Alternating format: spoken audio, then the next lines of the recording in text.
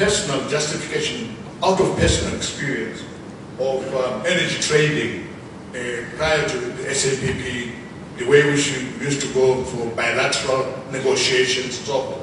Now, another piece of history. It so happened that in 1984, as we were commissioning Wange Power Station project, there was a boiler explosion, which was a serious accident. It killed 4 people, put us back about 6 months or so.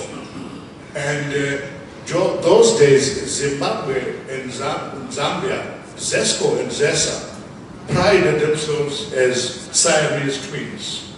We had inherited a relationship from South African Power Corporation, CAPCO, obviously. So our systems were very interlocked.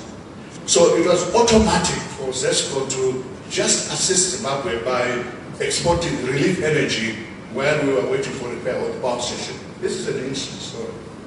So in those days, these delegations are now coming with 1 or 2 people. Those days we used to do it in SNEL. There would be about 10, 15 people going to SNEL, and each mission would be as much as 2 weeks. So I see that things have changed. But anyway, a huge delegation came to Zimbabwe about 3 months later to now discuss the tariff for the energy they had volunteered to assist us without any negotiation. Oh, our Siamese brother is in trouble. Automatically they supplied the energy, and our system was able to be rescued in that way. So the negotiations took place at the hotel in Harare. There were enormous delegations on both sides. Departments from Zambia and all half the ministries will be there with some representation and so on. So the tariff discussions went on for about 5 days until the Minister of Energy, it was Power, Transport and Telecommunications, something like that, from Zambia. He then stood up and said, those days they would have joint ministers or joint chairpersons of sessions. So he says to his counterpart, but a minister, my boss, President Kaunda, is calling me now. I've stayed here too long. I see that we're not making much progress, but I'd like to leave you with a thought, because I'm going back now. You see, when I call chairman, Zambia has a commodity to sell, and Zimbabwe has an interest. But Zambia has a price. And when I call chairman, Zimbabwe has a choice. That was the birth of the day-ahead market. This is 1984. It's almost 40 years ago.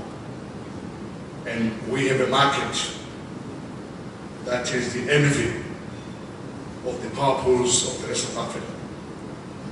This morning, the speech I have written in my mind is one that looks at what is ahead of us.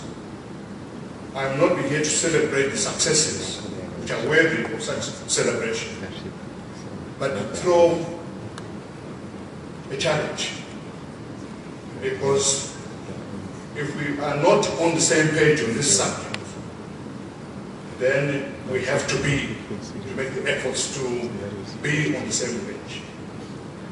I discovered, almost to my horror, that we, the power pool, are holding right now the destiny of I don't know how many people there are in Southern Africa, in the SAD region. There is no other sector in our economies that is holding the future of this region as tightly and as dangerously as we are. I say this because in the conference of 1990 here in Harare, some of the key speakers were actually people we later discovered that they were leading personalities in the fever of the early 90s on issues of climate change and sustainability. 1990 December was only 18 months after Dr. Hansen, who is regarded as the father of climate change, had actually successfully presented to what was called a congressional testimony, which forced the American government to adopt climate change and sustainability on its economic and political agenda.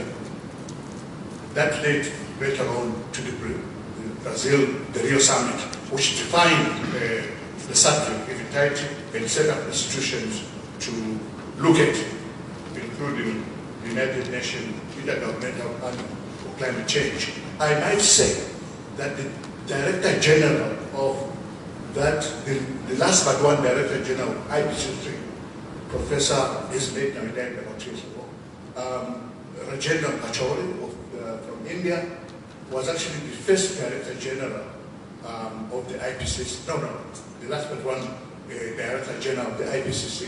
He came here in person in 1990 and addressed that conference.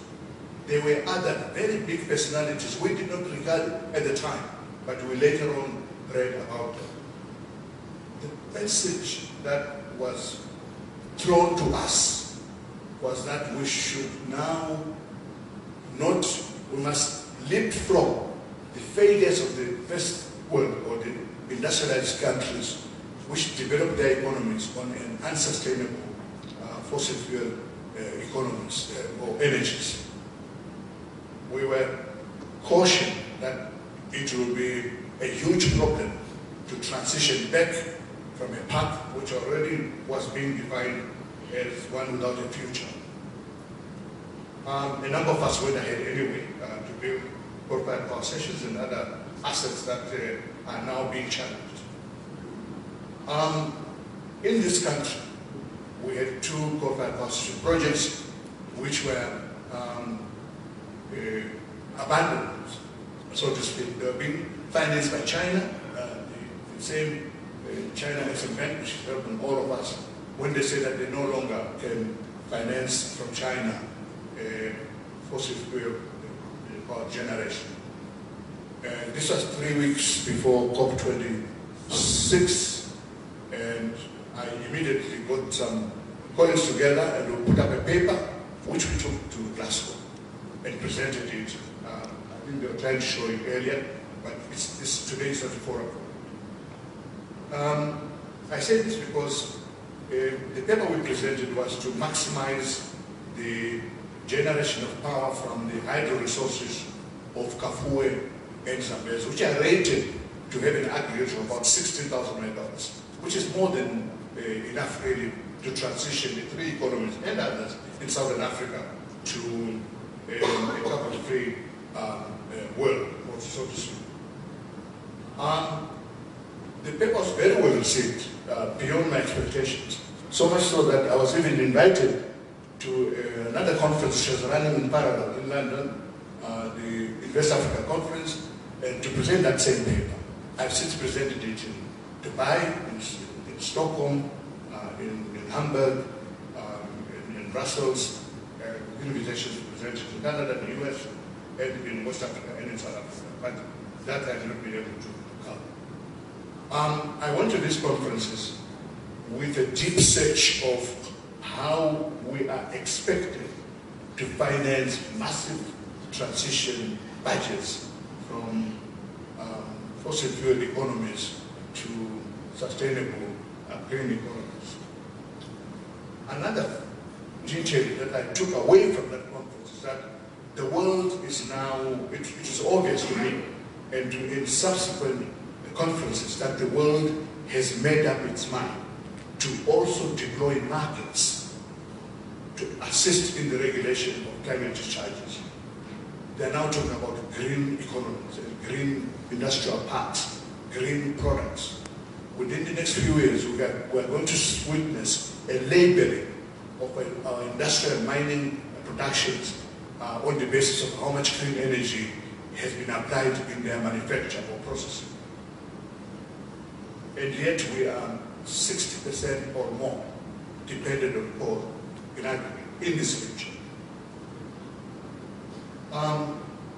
I went to this conference also to find out especially what it is that we need to do in order to access some of these hundreds of billions of dollars being dangled in our faces by everybody. EU is talking about 150 billion euro, Sweden, Japan, Germany, United States, even our own ADB, in China, they're taking a lot of money to assist Africa to transition from fossil fuel economies into green economies. The question then is, are we ready for it? I went around personally, I was interested, not so much in such a bit too old for normal sessions. I was just trying to find out what it is that we can do to qualify for these funds. Because when China presented 90 billion after the Paris Accord for African infrastructure, there were very few projects that went through. I think most of that money was never really used because Africa did not organize itself to qualify for the conditions that must apply in the deployment of those funds. So I went in search to say, what must we do to prepare? And this is what I discovered. I think we have ministries of environment that are inundated with small projects, like 10 megawatt solar, like biogas, like those kinds of projects. They don't qualify. Nobody who is holding a budget like the EU or European Parliament, which ultimately approves these projects, they're sitting on 150 billion. They do not entertain a $2 billion or $800,000 project. Life doesn't work like that. That's one. So the size of projects became an issue. I canvassed this and understood that they want to handle projects that can make a difference in society as much as possible. So they have to be large. Then next, I found out that there is an appetite for what they call regional integration impacts of these projects. And this is actually a cardinal condition to qualify for some of the funds. It's not universal, but some of them will insist on that. Then I found out also that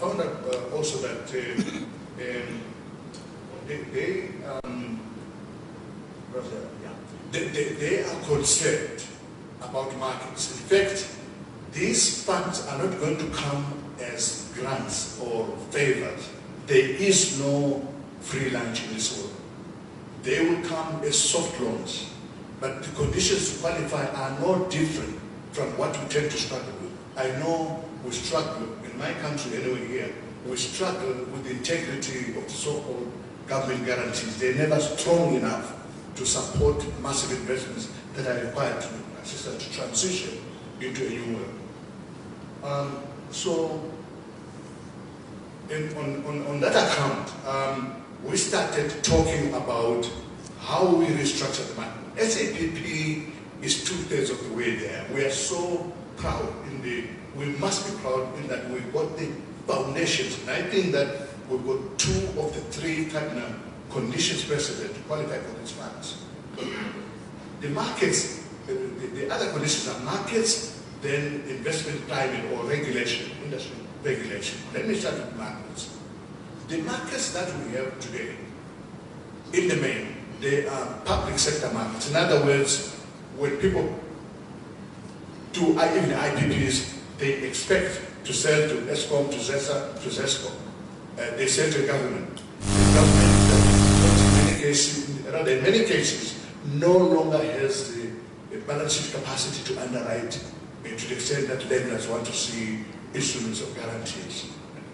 So then the question that then arises that, I'll give you an example. In this country, there's a company, I cannot mention names because that is rude.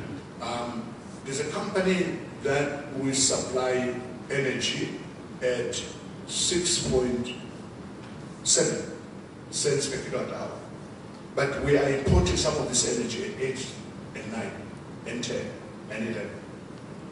But the system of regulation in our country, and perhaps in a few others, is still quasi-political regulation that is bandaged on market regulation. So we in supplying that customer, we are